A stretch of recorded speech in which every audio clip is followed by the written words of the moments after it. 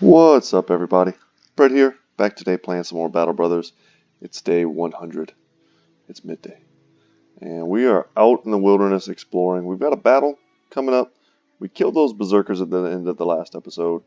And today, sadly, we're somewhat surrounded by places that are way too difficult for us to take out.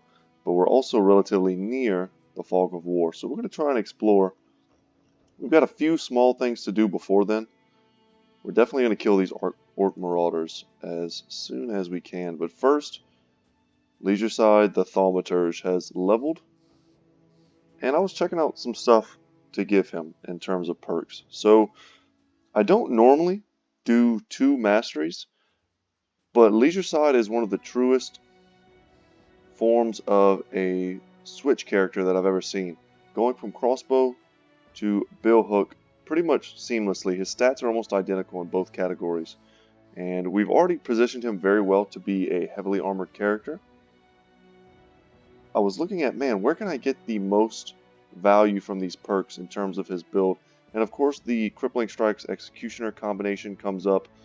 Fast Adaptation comes up. But by the time he reaches max level, his stats will be high. He'll be very consistent. We could go a route that allows him to become even tankier or even more deadly with something like Headhunter. But I think lowering the fatigue with his crossbow usage through crossbow mastery is going to be pretty much ideal. Not to mention it'll give him that extra armor piercing. So I think I'm actually going to do that. And yeah, if you've been watching my series for a long time, you've probably never seen me do this. And that's because I try to stay away from it. Because I feel like going with double mastery takes away from the potential for other more varied builds. And the last perk that I was kind of struggling with, and I was still in my mind thinking fast adaptation, I realized we couldn't use Overwhelm on our crossbow bros. It was never going to happen thanks to our Battleforge specialization and our low initiative. But I felt like rotation. So our crossbow bros are such good hybrids that they're going to be heavily armored. They're going to have their bill hooks or their long axes. And then they're going to be in positions in battle where we're going to want to switch them out to the front lines. And there's really nothing better to do that with than rotation. So we could take a second to read that for all of you who aren't familiar. It unlocks the rotation skill, which allows 2 characters to switch places while ignoring zone of control, as long as neither character is stunned, rooted, or otherwise disabled. So in an ideal world, I would have this ability on every single brother, because it unlocks so many things that you can do in terms of play. But at least having it on 2 brothers who are in the back line here. So Leisureside and Ragnar, both going to have rotation. In a particular battle, especially near the start of the battle, they'll have the potential to rotate with as many as I think 4 brothers right off the bat. And then as the battle naturally progresses, they'll be in positions that will allow them to switch out with more brothers. Or we can put them in a position in the back lines to switch out with someone in danger. So let's check out our rolls. A 3 and a 4. Very good.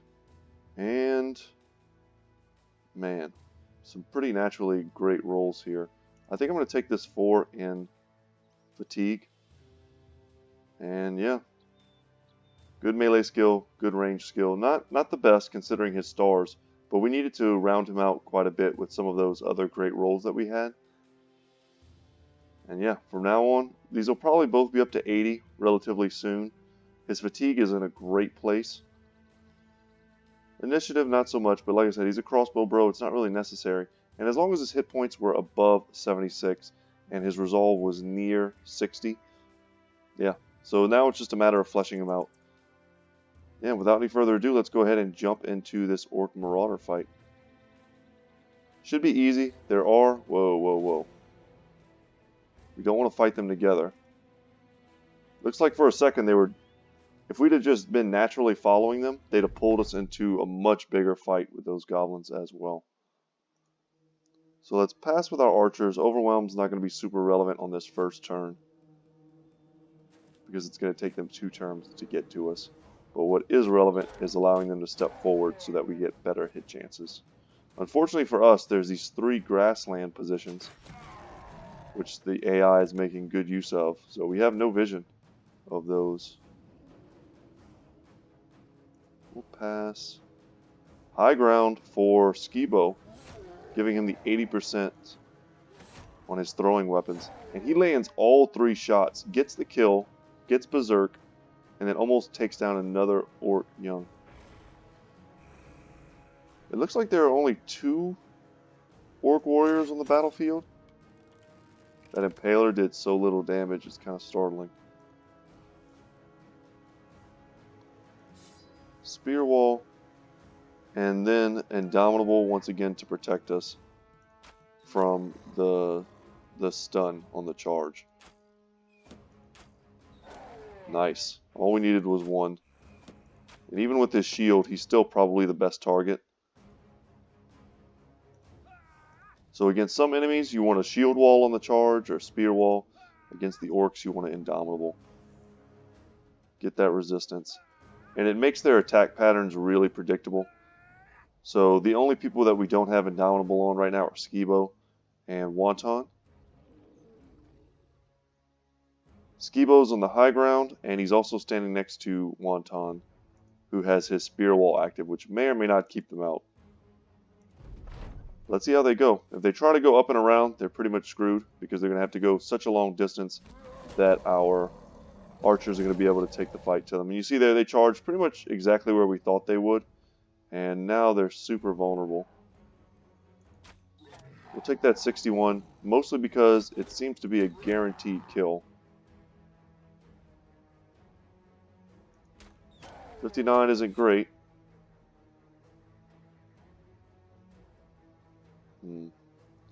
54 versus a 95. Yeah, we're going to take that all day long. And yeah, the main strategy here is just to pick off the Orc Young. Isolate the Orc Warriors. Very good. Yeah, that shield wall is going to do a lot of work for him, even though he's by himself. We've got the stack of bleed from Fritz. Remember, Fritz is a cleaver master, so his bleed goes for double. But by the time these Orc Warriors have engaged, it's like it's too late. There's no support. We'll be able to wrap them up, surround them, break their morale. We're definitely going to step in here and take this big greatsword shot. Because we should be faster than them next turn.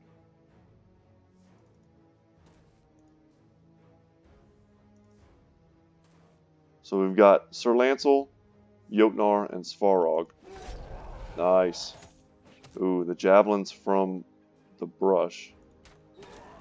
We can prioritize this guy. We gave him a pierced hand and a stun on Isaac because we didn't follow up with the Indomitable. And a huge hit from the Orc Warrior. He's dual wielding a single-handed weapon right now, which gives him bonus 25% damage to it. So that's a pretty scary thing. Okay, let's try and get these kills. Nice. So the Orc Warriors are now truly isolated. Decapitation on the Greatsword. Wow. Very lucky. And he's now breaking. So we could take a look here at the event log. Had an 85% chance. It's not bad. Step forward here, take a shot. Perfect. And we've now sent him to fleeing. And that's it. That's the battle. Nice and easy. We should definitely see if we want to fight the Goblin party. In open ground like this, in the middle of the day, the advantage definitely favors us.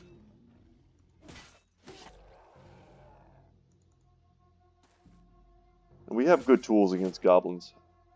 Pretty much the best thing you could hope to have against goblins is superior firepower, which is exactly what we have. We'll run them down. Also remember that it's the green skin is an incursion or invasion, hard to remember, going on right now. So I don't know if we are accruing any kind of like goodwill for taking these fights with the noble houses. That'd be worth trying to see. At the very least, we're not killing their trading caravans anymore. Okay, so Goblin Raiders, just a bunch of ambushers and a bunch of skirmishers. That's not that scary of a fight. We did take a little bit of damage there, but nothing too serious. And Svarog levels. Remember, after level 11, no more perks. But what we can do is take all of these minimum rolls, which is all you get after level 11, and try and round out his weaknesses. So, what are his weaknesses? Certainly not hit points. He's at a clean 100. Probably melee defense, melee skill. We should definitely consider getting him to 90. And then I would also say probably resolve. And we could sneak a few fatigues in there, but resolve being at 52 is not great for a lone wolf brother. His lone wolf works off of a percentage of his resolve. So getting him to 60 means that when he has lone wolf active, I think it's 15% resolve. So that's like 7-ish extra resolve, which will put him to 67, which is a heck of a lot better whenever we're fighting enemies that matters against, as opposed to right now it's currently like sub 60. So yeah, we need to get his resolve up.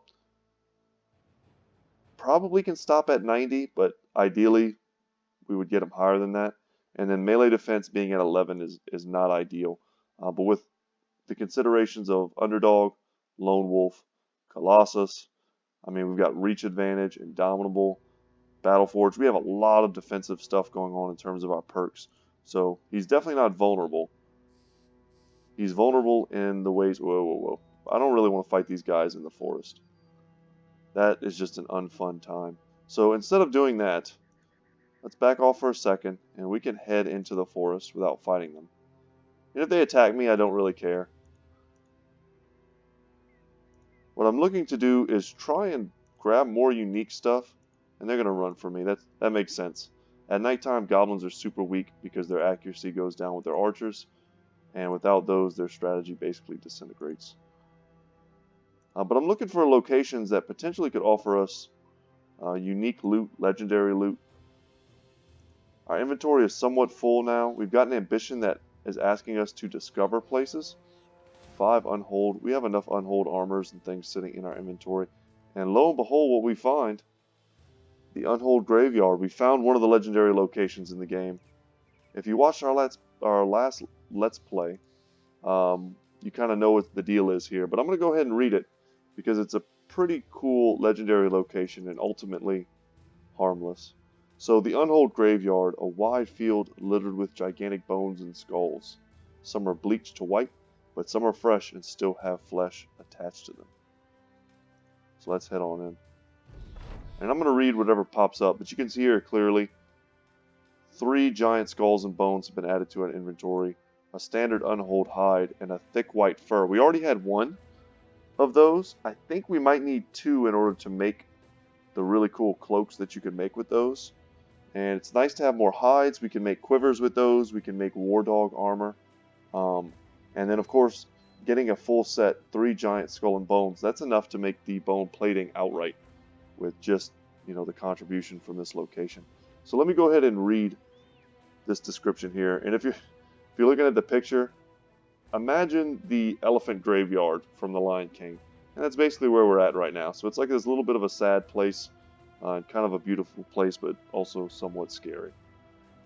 Finger bones like fallen totems, thighs hewn free of the knees as though foresters had set upon a gloomy work, curved ribs scattered across the earth like they were under a shipwright's appraisal, and the skulls, tottering on the wedges of jawbones, held up like animalistic abodes of shamans, molars the size of shields, and any man could crawl through its eye sockets. Looking past the Unhold skeletal remains, you find plenty more fanning out into a valley.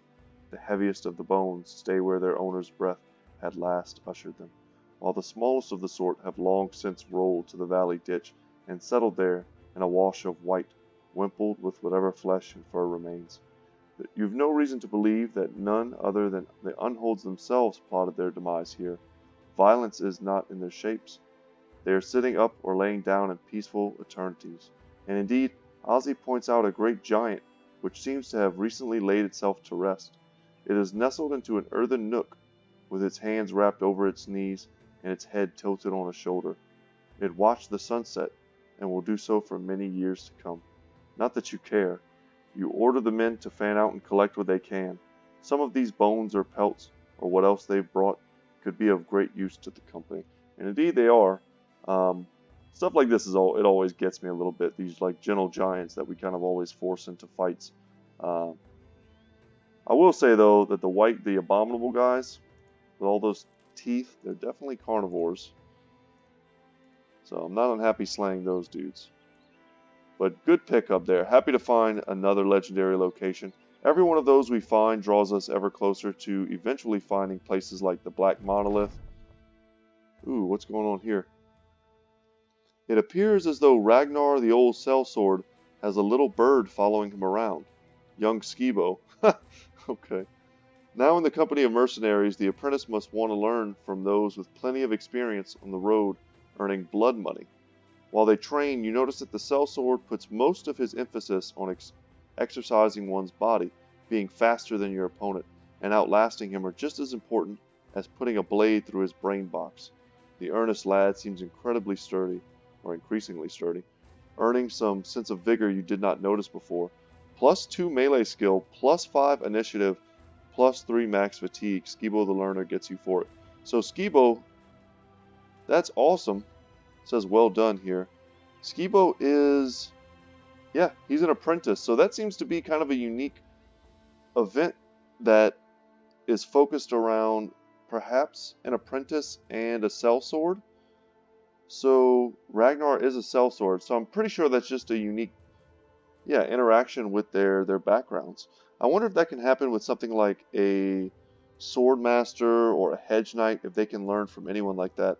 It's been a little while since I've had apprentices in my party, but that was great. I mean, that was some much needed stuff. Getting that fatigue there and that initiative is going to be very useful. And the melee skill was helpful as well. His rolls had been bad for quite some time.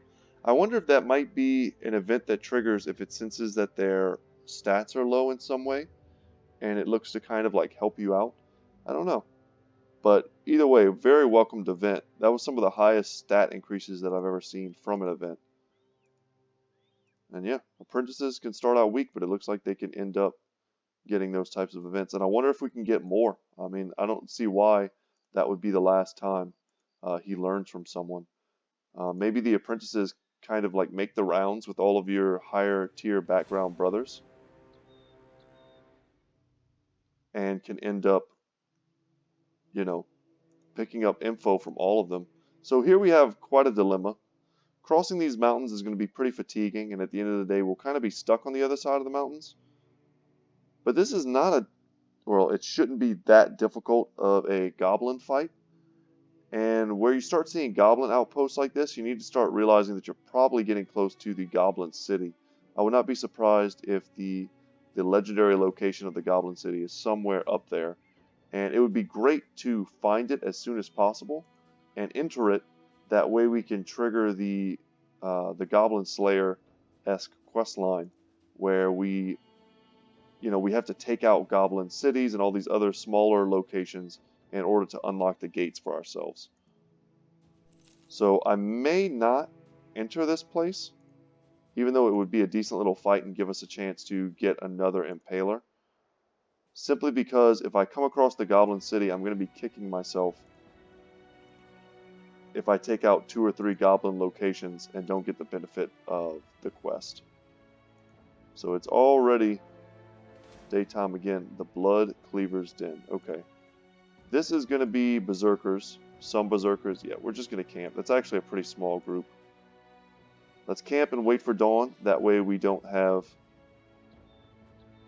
debuffs around our archery, because that's going to be our biggest advantage against them.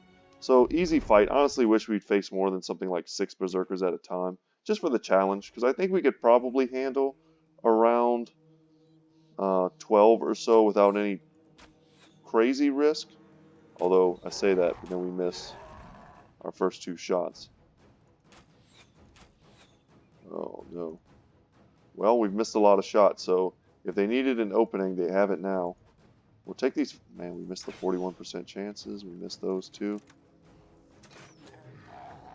Okay. knock him back, do some damage to his armor. Hopefully they go for our flanks where we are the strongest. We will Indomitable with past turns with our melee bros. Spear wall on Wonton.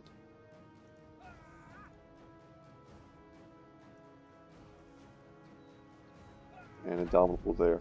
We could almost draw them to our flanks by not using Indomitable. But I think that's a bit too cute. Like, for instance, if we didn't use Indomitable on Isaac and Sisu, I think the AI would identify them as weak and seek to charge them. And because they have the best armor, for us anyway, they are really good targets for that. We want them to be the ones taking the brunts of the Berserker damage, not someone like Skibo who's got about half of their armor.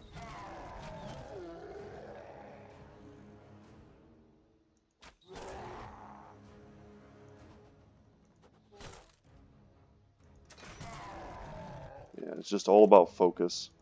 And we can lock this Berserker down, keep that chain away from us, and use Adrenaline to make sure we go first.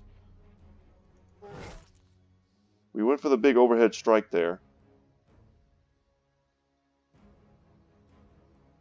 I don't think, yeah, we're not going to use Adrenaline quite yet, at least.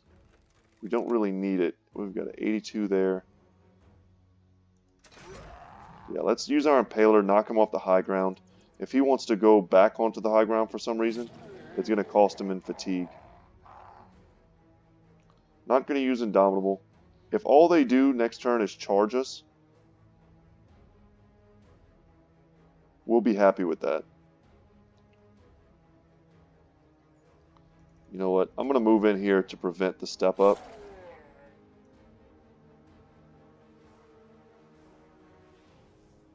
And I'm not going to move in here.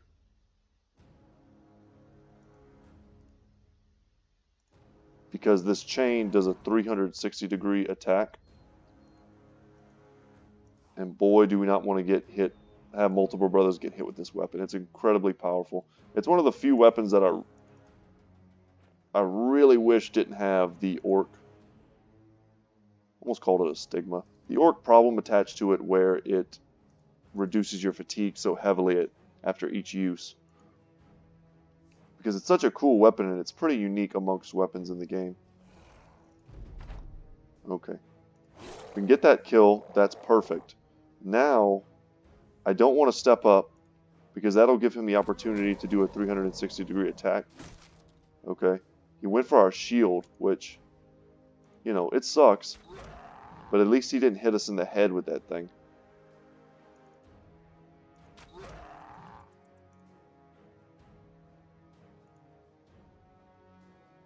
We could rotate here, but let's let everyone take their shots first. We'll take this 20%. Nice axe throw. And I don't see any reason why we shouldn't just reload here. There were pretty good odds that we would land that. And that's it. Only one Berserker left. We're going to try and flank him.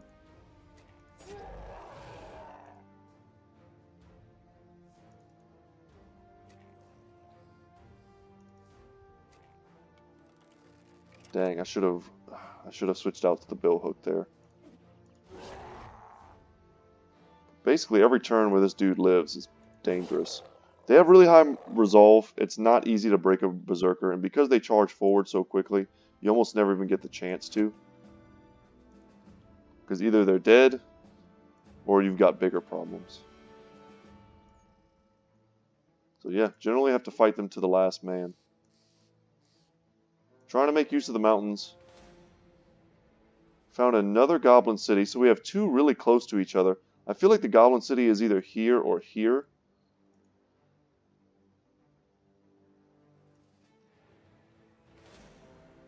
And this is Rule Gazix.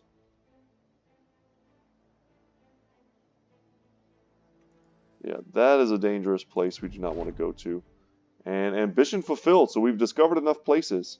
Seizing destiny by the beard, you declared your intention to travel across the land and make your mark as an explorer. Reasoning that uncovering new locations, be they dens of evil or prosperous villages, would lead to new opportunities for wealth. The men enthusiastically followed. In the succeeding days, the company has looked upon many a broad vista, surveying high towers and treacherous canyons. You have dodged enemy scouts and made fireless camps beneath stars like 1,000 candle flames in the void, charting the course of untamed rivers and skirting the hostile edges of uncrossable mountain ranges. The Jarls of Jorvik can honestly claim themselves more widely traveled than many other band of their kind. So, boom, gain renown. Everyone else gets euphoric or eager, which is definitely going to help us in any difficult upcoming battles that we have. Let's check out our relations here and our renown. We're currently sitting at great, just pretty high.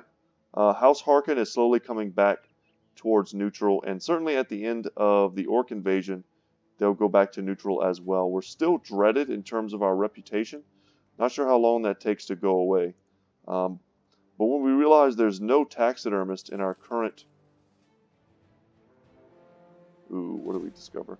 In the current places that we are questing, we need to see what they have. There's 5, 6 cities here, and there's also an ambition that wants us to go to every single city. We need them to go back towards neutral. And then at that point, if we want to start raiding them or choose sides in a noble war, we can make a decision. We're also only have about 4 days worth of food left, so I think we should start heading back. And I feel like I'm going to take this Goblin outpost fight on the way back as well. We still have some space in our inventory. Did anyone level on that last fight? No. Okay. We didn't take any damage. We're only currently at 54 ammunition, but our quiver should be full. And yeah, we'll take this fight on the way there. Lots of goblins patrolling around. That is a named character. Is that our first champion? And it's a goblin champion. Sherrock's Nosebiter. And he looks like an ambusher. That's awesome. Yeah, we're taking that fight. And he has a skull next to him.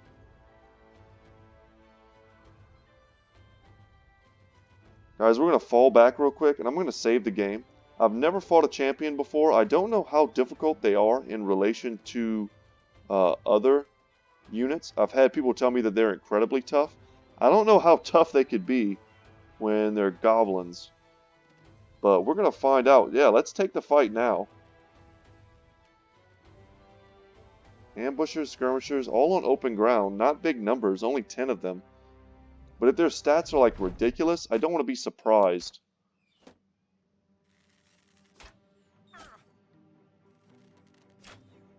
Oh, look at that bow. Wow, that's going to be a unique bow if we can get it. But, man, goblin ambushers are generally pretty hard to pin down.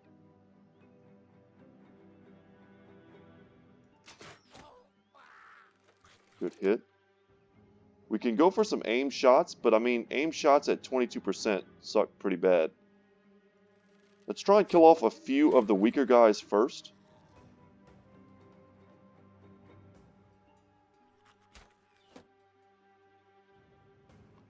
Another aim shot. But I mean, we are one-shotting them. Our warbows have such high DPS. Let's go for another one. Yeah, we have no one within range. Step in here for that easy... Wow, and was that a double decapitation? No, just a single. But what a great split. And that's going to free us up to move back. We really don't want to push him further away. So this is kind of a tricky balance here. Very tricky. I can imagine most other champion fights, they're going to run straight at you. But this guy's going to run away from us. Especially if we kill too many of his guys.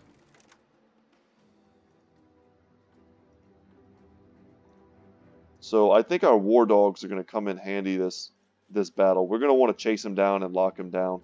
Goblins, for the most part, have attacks like, or have perks like footwork. So even if we close the distance on him, that's no guarantee that we can keep him locked down unless we can surround him. Nice, and he stepped up. Now, one of our archers is poisoned. It doesn't matter so much on someone like Skibo. It sucks because, I mean, his throwing axes are now super ineffective. But on someone like Ragnar, it's pretty bad. But since he stepped up, a 7% chance to hit. Boy, that's pretty bad.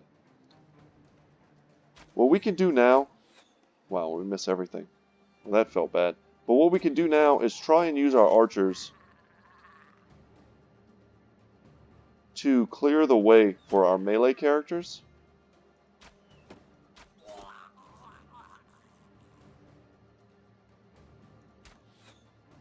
And that was a really low chance shot, but I took it. Yeah, and with that poison on Ragnar, he's not going to be able to do anything. We may as well switch him out to the polearm. Lock that guy down. Step forward here. Can we step forward one more and still release a dog? We can. I'm going to use Adrenaline, and then next turn we're going to leapfrog forward and close the distance on Sherox. Super happy to finally be facing our first champion, and really interesting how truly tricky this fight is.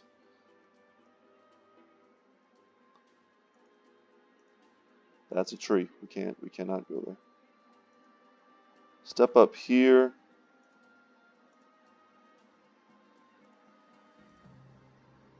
And I'm going to drop a war dog up here and hope he steps right in there.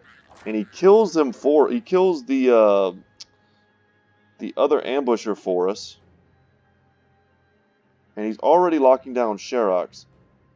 Hopefully there's no penalty for having a war dog kill the champion. But we should, by the time that becomes even the idea of an issue, we should have enough people in place with enough DPS to basically guarantee that that's not going to be a thing that happens.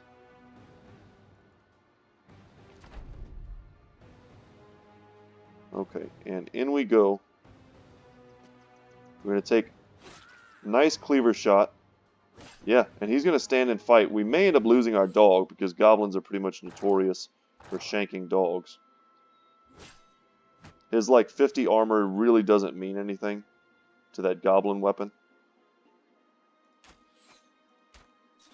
Nice. We get that kill. Now we don't have to chase him down. We can focus more resources on trying to get a good surround going. And we're going to step in here. That little shield wall is pretty annoying. Nice. And one shot with the Impaler finishes him off. 31%. Never lucky. But we can step in here with Svarog. And I have to feel like, there we go, achievement unlocked. Give me that. Give me that. And we get the bow. I am pretty stoked, guys. Legendary ranged weapons they always seem really hard to come by for me. And I'm super curious how good that's going to be post Warriors of the North release. Because if you weren't aware, they have changed the way that unique or legendary weapons work. They've added very cool, almost like, man, it's hard to see how to describe them, but they're basically modifiers. We're going to run them down. They're basically modifiers that sometimes have really big effects, sometimes really small effects, but just seeing new things attached to that, they generally will have better stats as well than they used to. So this is the Grizzly Star Trail, and it's right next to a bow of what I would imagine would be its kind of ununique type. So it's cool because we can directly compare them right now. So it's described as, goblins know how to craft efficient and light bows. This piece, made from some unknown pale wood, has surprising pulling power despite its small size. So 31 to 49 damage, 35% of damage ignores armor, 84% effective against armor, range of 7 tiles, has almost no fatigue attached to it. -2. Wow. So we need to take a look at that next to a warbow to really appreciate it. I think the damage on that might be somewhat weak. So let's compare it to a warbow, of which we have one sitting right here. Let's actually reorganize our inventory because they may place them next to each other. And it certainly does. So this weapon, 31 to 49 damage. Clearly much weaker than a warbow at 50 to 70. Same damage, ignores armor. But it's much more effective against armor. It's 24% more effective. And it has 4 less fatigue. So on a brother who's really relying on nimble, let's say, warbow is quite powerful. I mean, that extra 4 fatigue can come in handy when your initiative is what you need in order to stay alive. Honestly, right now, the way I'm looking at it, I think they're pretty much a tie. I don't like giving up that much damage. The durability on a warbow is at 100, so you don't ever have to consider them breaking. And I don't see any difference whatsoever in terms of their actual attacks. So you get a bit better armor damage, less fatigue, but it comes at the cost of actual damage and durability. Durability, of course, not being a big issue, but it really comes down to the damage. And where you're going to really miss it is when you're targeting units like the Berserkers we just fought, who have big HP pools but aren't wearing armor at all. And we're gonna hit them. We're gonna have to hit them on average probably another extra time with this weapon. I'm still gonna use it. It's still a really badass looking unique weapon, and I'm gonna give it to Zach Longshanks.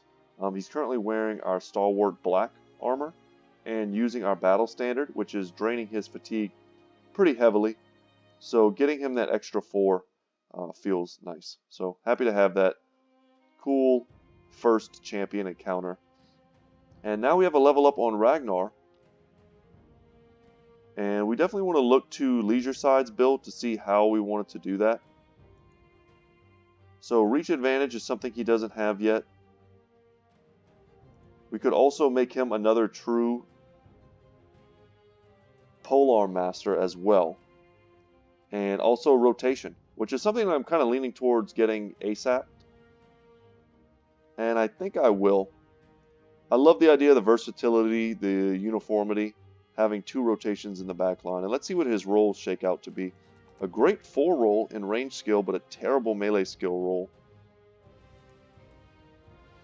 Great 4 roll in fatigue. We need the fatigue in order to wear heavier armor to make better use of Battleforge, and so on. We can ignore initiative. Resolve, that's too low of a roll for me to take it over this 3 melee defense. So I think we're going to take that.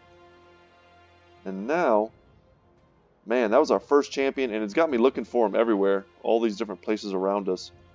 I would love to find more champions. But this is a pretty dangerous goblin fight. Anytime there's an overseer, you have to respect the potential to get hit by a huge crossbow bolt. Skibo's armor is somewhat damaged.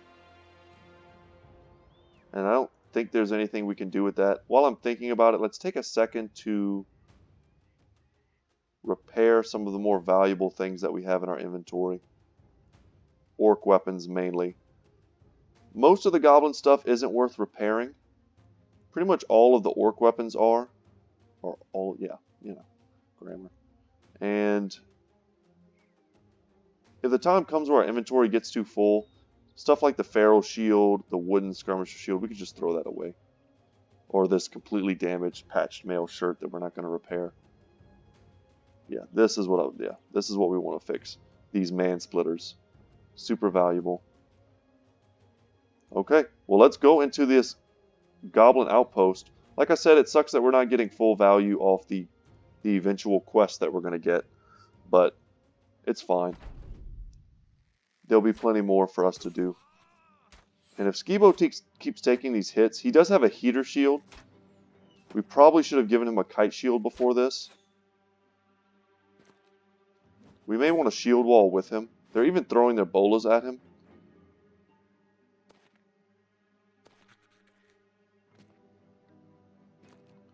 They stepped in a pretty good defensible pattern.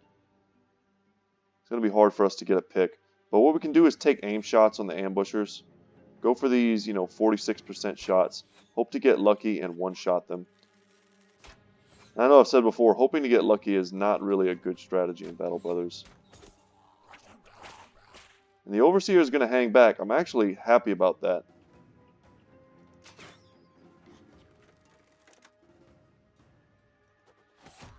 I'd rather him be boosting morale than shooting us with the Impaler. So Skibo comes through. We're going to step in here and lock them down. And we're going to do the same thing with Isaac. So we're getting our Lone Wolf buffs. We've got that one there. And we've got it there. So perfect. Nice. And we've only managed to kill 2 of them on the opener. 3 of them now. 4 would have been closer to what I expected. But we tried for the aim shots. I would have liked to get at least 1 ambusher off the field. Because I feel like that would have greatly increased the survivability of Skibo right now. It's not to say he's in great trouble, but he's not in the best spot. And we had to expect that hit from the polearm. But, I mean, Battle Forged on this type of armor, that much armor, it's going to be really hard for them to get past. Take our last steps forward with our crossbowmen, put them 1 further. And remember, they have Battle Forged, so we're not really scared of them taking these weak, low armor piercing archer hits. The only one we're really scared for is Skibo. And if they want to survive, they're going to have to step back. Ooh, that hurt. The net going down. Footwork in place. We saw poison being applied. We're getting really all of the tricksy goblin attacks right now. We want to step forward 1. Take that 39. And yeah, still no shots from the Goblin Overseer. That's great. If we could kill this skirmisher. Nope. If we could kill this skirmisher. Nope. These archers have no zone of control. So Isaac is going to be able to get right in there. Svarog, set up the line. Yes. Step in.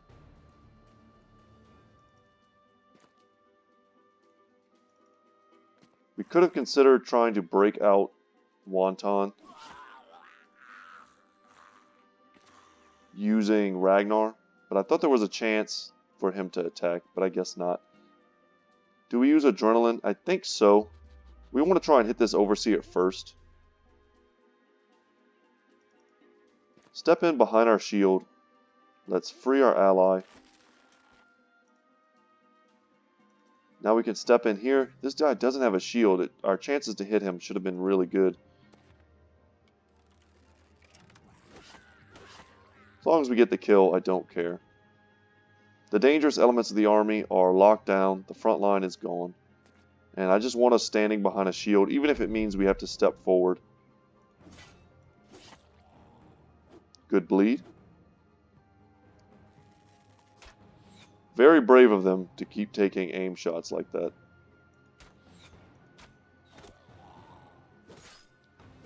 And out comes... It's hard to tell which weapon that is. I don't think that's the most dangerous goblin weapon that there is in terms of melee. But he pretty much whiffed with all of his attacks, so... And we accidentally shoot ourselves, so that's good. Solid stratagems. We have double bleed on the Goblin Overseer, and they're both from... Actually, no, only one of them is from a Cleaver Master. We're using a Cleaver on Sir Lancel, but I don't think he's a Cleaver Master. Let's just make sure that they don't get away.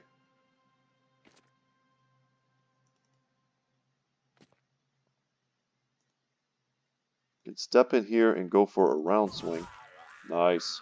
And that's going to be it. We're able to clean them all up with no escapes. The Overseer went down, and we did get the Impaler. That's it. So yeah, we staved off on buying the heavy crossbow. I'm going to run them down, of course. We staved off on buying that. because one, it's really expensive, but two, I had a strong feeling that we would end up facing more overseers relatively soon. And if not, we could always force that fight and hope to get lucky. And we did indeed get lucky. So that's money in the bank. That's like a $5,000 weapon. $5,000. 5,000 crown weapon that we no longer need to buy.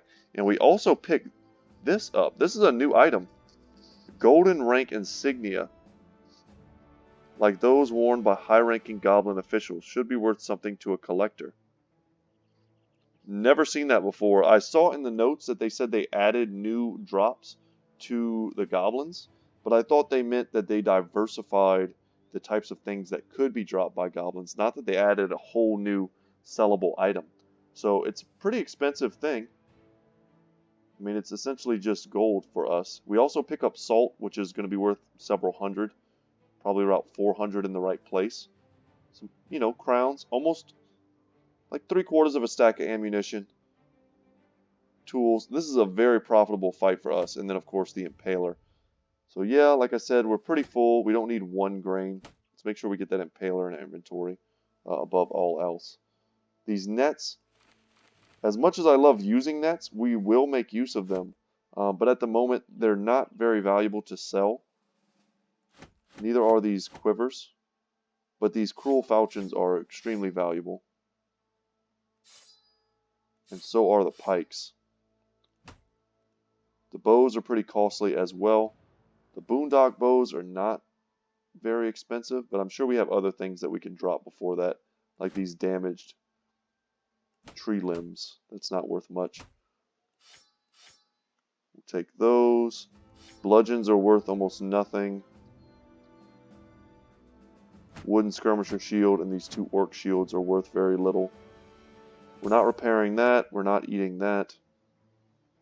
I'm going to hold on to the strange meat because we're running a bit low on food.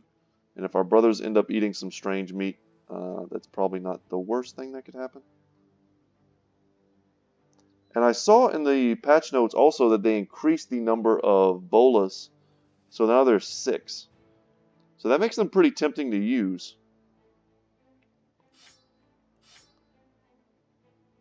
We could consider it. Am I missing anything? I don't think so. But yeah, let's take them. And that's that. Our inventory is full, so we can make our way back. We have a nice haul. We're going to make some decent crowns off of this. So during camp. So this looks like another one of those flagellant. Yeah. So Leisure Side is currently whipping himself again. Feel free to read this. We've read this similar thing several times, especially in our last campaign, where we had multiple flagellants. And eventually something good will come of this. Right now it's just kind of a creepy event, and he also gets light wounds. But we're traveling right now, so his light wounds shouldn't affect us. We'll be healing before too long. So here we get a chance to get our next event, our next ambition. So during camp, a fresh cool breeze is blowing today, and you feel like it's a good time for the Jarls of Jorvik to start something new. You call them in to gather round. What do you tell them? So we can either get this done whenever we finish the Greenskin invasion. Mundane armors won't do for a real mercenary outfit. We should adorn our gear with trophies of our deeds. I would love to do that, but we have no taxidermist. And this one, should a battle or two go against us, we may find ourselves out of pocket and short of equipment. The company will therefore build a reserve of 10,000 crowns. Weird that this procs, and we're going to take that one, but it's weird that that one procs before the one that asked us to get 15,000 crowns to get the larger wagon. I'm happy that it happened that way because our inventory is now, I think, maxed out. Whereas this particular one doesn't really do anything. Interesting fight. If they came from Vargul Blot and we kill them, this place might be weak. Some Orc Warriors, though. One Orc Berserker we can focus, some Orc Young. We could probably kill all of the lightly armored units on the first opening salvo before the lines ever meet, and then it's just a matter of killing some Orc Warriors. Ooh, and even more Orcs are leaving. Okay. I think the other group is a true, like, retreat, whereas these guys are just kind of like a patrol from the area. And this tree is going to really mess us up.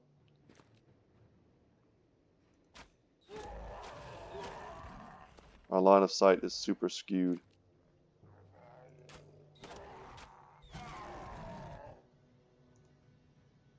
If I could reach that high ground, I'm going to move up with Svarog and then look to be in a position.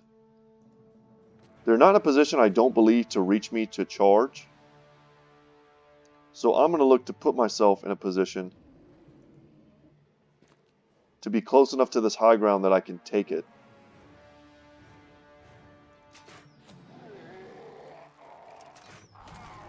Nice. Did I forget to give him his impaler? I sure did. It shouldn't matter too much for this fight, but we need to remember that for the next fight. So we need to start trusting our lone wolves to do their thing. With those stat bonuses, they're pretty dang strong. And the Orc Warrior is going to take the high ground first. That's okay, though. We're still drawing away a lot of heavily armored Orc Warriors. At the beginning of the next turn, we're going to use Indomitable to make sure that this Orc Warrior doesn't charge us and take the high ground from us. But yeah, had we stopped here, the max range that we could have traveled, the Orc Warrior simply would have stepped up, taken it from us. So we ended up, kind of exactly where we needed to be. Let's go for those throwing axes. Did not do much. And we can just pass here. But we will need to Indomitable before the next turn. Oh Lord. Oh, okay. They've got Isaac. They got him stunned. That's no good. If we can, we need to help him out. Let's get this kill. Let's get that kill. Dangerous fight. A lot of Orc Warriors here. And if we could shoot him, I would. Simply to apply Overwhelm. Let's go for the big hit and for the Indomitable. And a good shot there. Man, had that been an Impaler, that might have just one-shotted him. It's worth considering. But now it's time to start using Indomitable on our front line. Keep these big guys from doing whatever they want, throwing us around and stunning us. And if they close the distance here, I mean, they're just going to make it so much easier for us to get the swing back. Ooh, and Svarog is not liking that. He's wavering. So that's going to decrease his chance to hit. We definitely don't want him to break. He needs to get confident pretty soon.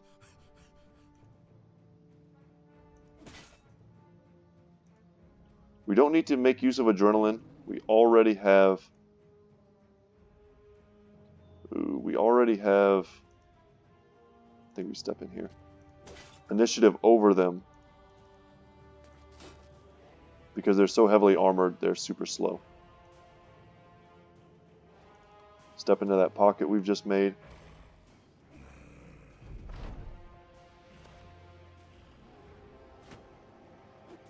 Pretty happy to see that the Berserker is not able to charge the same turn he walks in.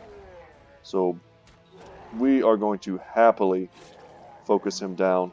We're going to get Isaac on this high ground here.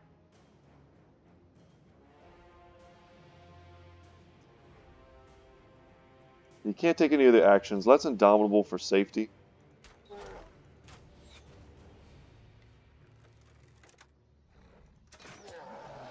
Get that kill. We need to start sending shivers down their spines, essentially, and getting our brothers more confidence. Of course, I don't like how isolated we are up there, but I mean, that's at the end of the day what he's made to do, and hopefully he can do it well. I'm actually going to drop a War Dog here, get a better surround, which is going to increase our chance to hit. It also is going to hopefully break his morale sooner, and also tire him out every time he gets hit by that dog. So we've got an 86% chance here. We'll take that. And then we'll switch to our bill hooks and go for another 86% chance. So that did a lot of damage to armor. As long as Farog doesn't take a heavy hit, he should be fine here. I'm going to drop a dog as well. This is Grizzle. It's going to give him something else to swing at that's not a brother. But by moving up, we took away his lone wolf. So we need to know that. And our brothers are not the best at fighting orc warriors with their current weapons. To fight them, you really want heavy weapons. But we're not terrible either. We have bill hooks, we have crossbows, and down goes our dog. So as sad as that is, I mean, that's what he was there for. He was there to take that hit for us. That otherwise might have gone to Skibo, might have gone to Isaac. Applying stacks of Overwhelm are huge. It lessens the odds that they're going to be able to hit us. Bill hook out, because of course he jumped in on us. And we're still going to apply that Overwhelm with our bill hook. So it's all about having greater initiative than your opponent. And of course we do have greater initiative than orcs.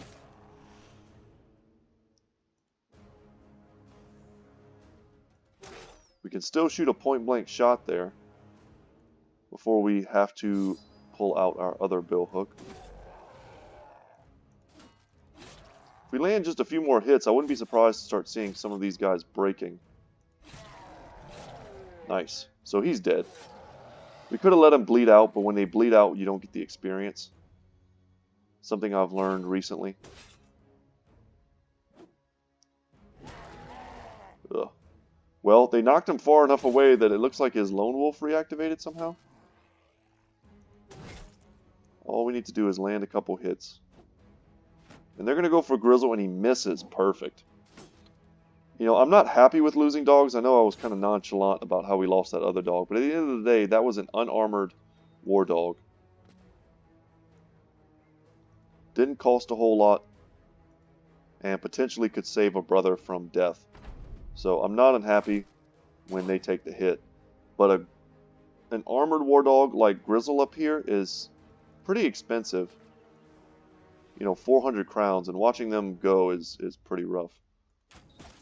Let's put some Overwhelm on this Orc Warrior. Let's try and help out Svarog if we can. We could step in. And anywhere we step in, we're going to have a hard time. But the greater concentration of Orc Warriors is in this position. And there we go. We cut his artery. That's a great injury to see. And with a triple surround here, and with the bonus to hit from the spear, pretty much guaranteed shots. So if we can get Isaac on this high ground here, that would be amazing. And I don't like the idea of stepping up in there and not being able to shield wall the same turn, so we're not going to do that. We're just asking to have 3 super powerful enemies turn and just nuke Fritz down, so we're not going to do that. And a great bleed there, and I think it's going to kill him, so we're not going to get the experience, sadly. And down goes Grizzle the War Dog, so that's sad. We've lost about, yeah, and then he dies. So we've lost about 500 gold worth of War Dog this battle, but I think it was worth it. This had the potential to go south. It's one of those types of battles for sure. And now it's definitely safe to move in. 2 Orc Warriors is certainly not as scary as 3. Long Axe, 72% chance, no go. We can switch back to our War Bow. Because at the end of the day, the most value we might get is simply in applying stacks of Overwhelm. Like, that didn't do a ton of damage, but 2 stacks of Overwhelm makes me feel pretty confident that we're not going to take a hit from this guy. And now he's pretty much gone. Yeah. Really strong. Step in here. Ragnar is a crossbow user, so unfortunately we can't do anything. Step here, though. Get a better surround. Yeah, we're not going to be able to move past him. High ground. And they are starting to waver. And we've got a nearly full surround on this guy. A little bit of damage, and he should want to go home to his orc mommy. And since we have him surrounded, he can't flee. But in typical orc warrior fashion, he tosses aside Fritz. But it's too late. It's too late for all of that. We killed all of their auxiliary stuff. One of the best strengths of the orcs is their survivability and how they're able to distort your formations. But when there aren't enough orc warriors left to really matter, he's going to try and run. He's going to get cut down. He's got double bleeding. Step in, apply that stack of overwhelm. Do the same thing here.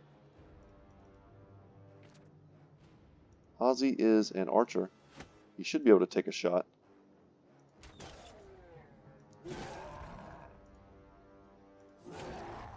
Bill hooks are just doing excellent versus them. And now that we've got them both fleeing, there's really no danger. And we are good to go. So good fight. We are at the hour mark, however, for today's episode. And I'm guessing, yeah, nothing amazing from that. We definitely want to pick up this stack of tools. These mushrooms, as cool as they are, I want to use one of them. You know, man, we should have used the paint in our inventory. We'll do that in a second. I wanted to use one of them just to show you guys what they're all about. Bandages also are useful, but not very expensive, so we can place them off to the side. I wanted to show you guys what was in that orc encampment. I feel like it's been halfway abandoned. And in those types of orc war tents where there are warlords, the opportunity for us to get really valuable weapons and armor is I mean, it's very high. We want to pick up all of these extremely expensive orc weapons for sure. The Boondock bow, not very expensive. These are worth 200. Throw away that meat. Pick up the head splitters. The metal shields are also worth quite a bit. It's worth 240. Wow. Yeah, we don't need those. We'll pass the nets. And then we'll take the orc warrior shields. As many as we can. And I think that's fine. I love using orc warrior shields for their durability. But the fatigue. And I think, did they add the shield skills, build up 5 more fatigue to these? They were already barely usable, but now they're like not usable at all. That's sad. Yeah, they're just good for selling. Did we get any levels off of that? We did. So we leveled up Sir Lancel. Awesome. And before I forget, I'm not going to forget to level, but I may very well also forget to do that. I hate that it's damaged. But that kind of is what it is. So let's level up Sir Lancel, and I think that'll be the last thing we do today, but look forward to taking on an Orc Warlord, our first ever in this playthrough. And a 1 on his melee skill again. That's awful. We're going to take the 4 roll in fatigue. We're going to take the 4 roll in resolve. And then we're going to take the 3 roll in melee defense. So he's tanky. He doesn't get fatigued very easily. He's got pretty good resolve. He's an all-around great brother. He really is. He just needs a little bit of rounding out. So from now on, we're going to take a 1 in melee skill every single time. We're probably going to take 2 more in resolve to get him to that 60 benchmark. And then more in fatigue every time as well. Because he's currently not wearing that heavy of armor. And his fatigue isn't great at 77. So, Footman's armor is not bad though. Especially with the attachments that we've given it. But yeah, let's look at his perks.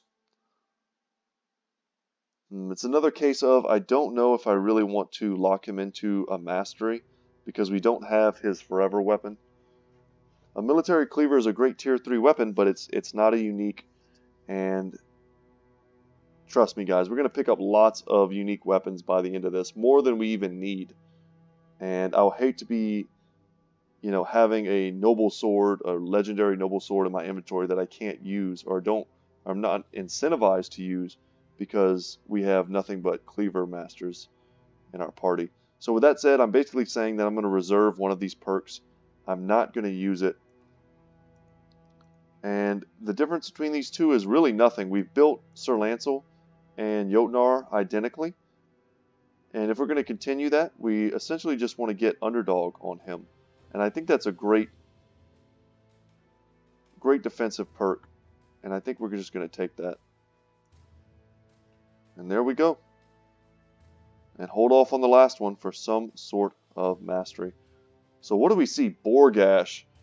Another named character. This is going to be awesome. So, super happy that these orcs ran away. This is 11 orc young. They were here just a second ago.